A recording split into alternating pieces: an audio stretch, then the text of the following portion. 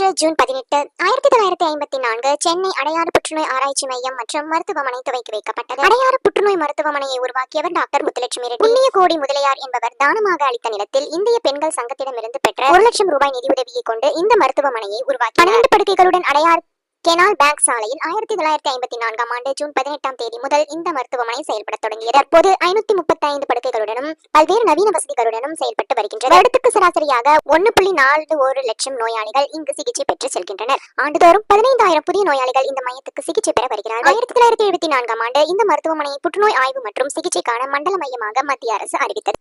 தெற்காசியாவின் முதல் cancer institute இதுதான்.